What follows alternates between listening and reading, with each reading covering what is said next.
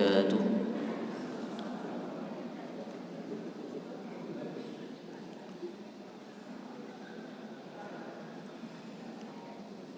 أعوذ بالله من الشيطان الرجيم.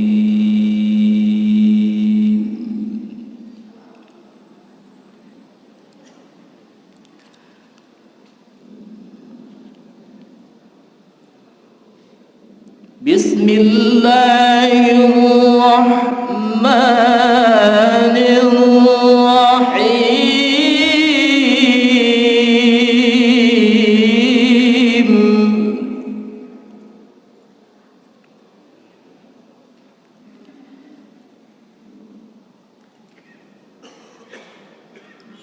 يا أيها الذين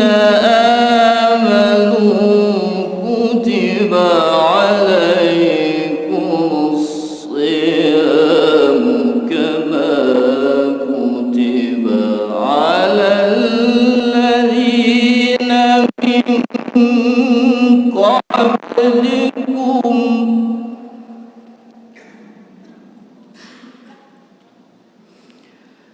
كما كتب على الذين من قبلكم لعلكم تتقون.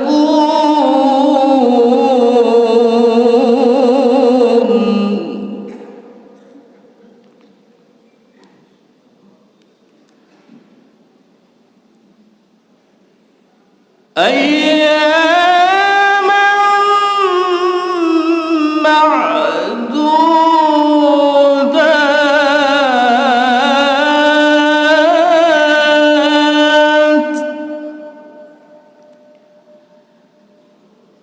فمن كان منكم مريضا أو على سفر فعدة من أيام أخر، وعلى الذين يطيقونه فدية طعام مسكين،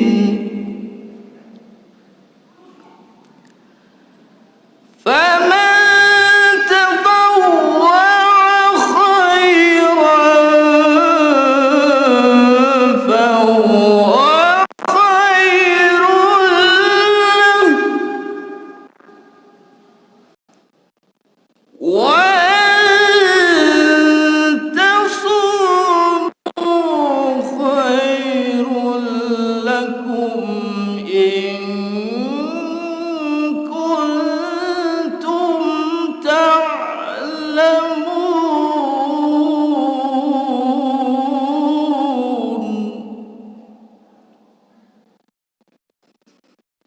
شهر رمضان الذي أنزل فيه القرآن هدى للناس